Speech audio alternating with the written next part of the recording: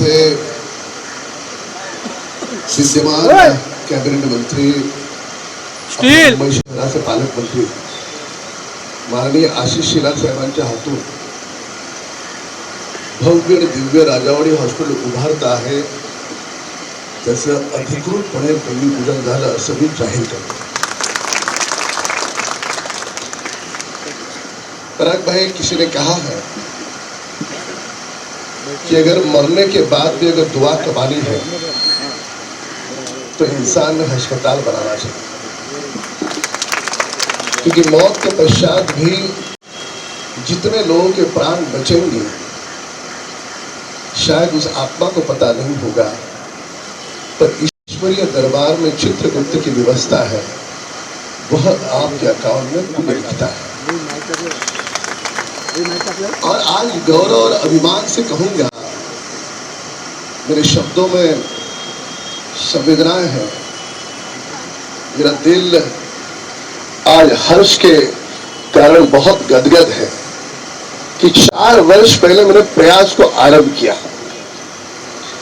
और यहां बैठे हुए सारे महानगर पालिका के अधिकारी और अपने आदरणीय मुख्यमंत्री देवेंद्र फडणवीस जी, एकनाथ शिंदे साहब, इन सबके मार्गदर्शन के कारण आज आपल्याला या हॉस्पिटलचा भूमिपूजनाचा दिवस दिसतोय। हजारो लोकांचे प्राण या राजावाडी हॉस्पिटलमध्ये सुविधा नाहीत म्हणून गेलेत। काय पाहिजे? सायनला जा, सायनला गेल्यावर जे जा, जे गेल्यावर अर्ध्या वाटेतच संपलं, आता घरी घेऊन जा, असं कित्येक लोकांचं झालंय। गोरगरिबांचं छातीवर हात ठेवून सांगायचो, गरीबाला सुद्धा या हॉस्पिटलमध्ये यावंसं वाटत नाही। स्ट्रेचर आला, स्वतः धक्का मारा, एक्सरे मशीन बंद, सिटी स्कॅन मशीन 15 दिवस झाले तिथे कुणीच नाही, अशा प्रकारची स्थिती या हॉस्पिटलला पाहिली आहे। म्हणून 4 वर्षापूर्वी ठरवलं की या हॉस्पिटलचा कायापालट करायचं। त्याला कारण आहे, कारण मी ज्या दिवशी आमदार झालो त्या दिवसापासून माझ्याकडे पगारी स्टाफ लोकांचं ऑपरेशन करण्यासाठी आहे।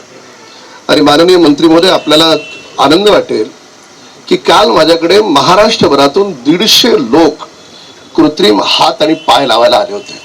मी या ठिकाणी याच्यासाठी सांगतोय, तुमचे कुठे नातेवाईक असतील, ओळखीचे असतील, कुठल्या जाती धर्माचा न पाहता बिंदास पाठवा माझ्याकडे, तर आपण कृत्रिम हात पाय लावून देऊ, कानाची मशीन देऊ। मतिमंदावर जगात औषध नाही, तो आजार एका डॉक्टरला सापडलाय आणि मी गेली 15 वर्ष त्याच्यावर काम करतोय। बुधवारी माझ्याकडे डॉक्टर्स आहेत, तर 3 महिन्यांनी करतो। मैंने ऐसी वो वीडियो बना और डाला। आजकल सोशल मीडिया इतना खतरनाक है, खतरनाक शब्द गलत है, पॉजिटिवली इतना पॉजिटिव है कि वो वीडियो पूरे देश भर में वायरल हुआ। 8000 लोग के कॉल आए और कल मेरे सारे कार्यकर्ता वो सारे कॉल स्क्रूटिनी कर रहे थे। मैंने डॉक्टर से पूछा कि तुम्हारे पास कितने लोगों की टीम है? उसने कहा, राम भाई, मैं मैक्सिमम 1200 से 1500 लोग हँडल कर सकता हूं।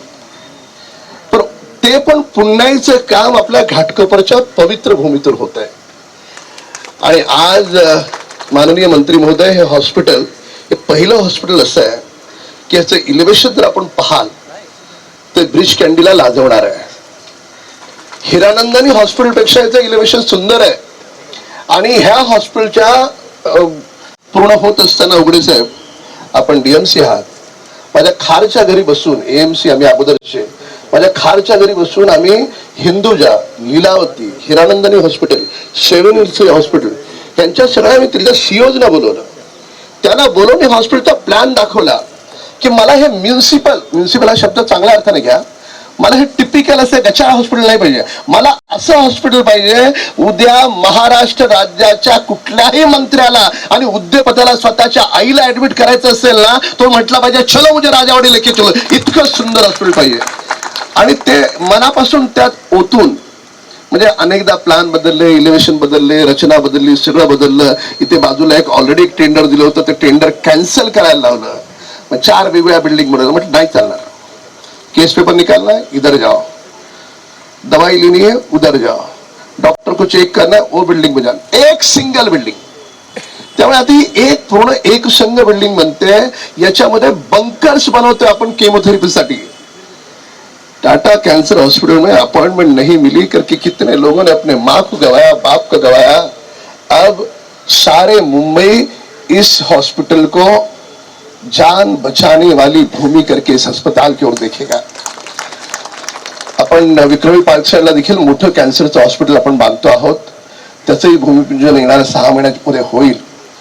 पण उघडे साहेब, आपण नंतर पालकमंत्र्यांची मदत घेऊ, माननीय मुख्यमंत्र्यांची मदत घेऊ।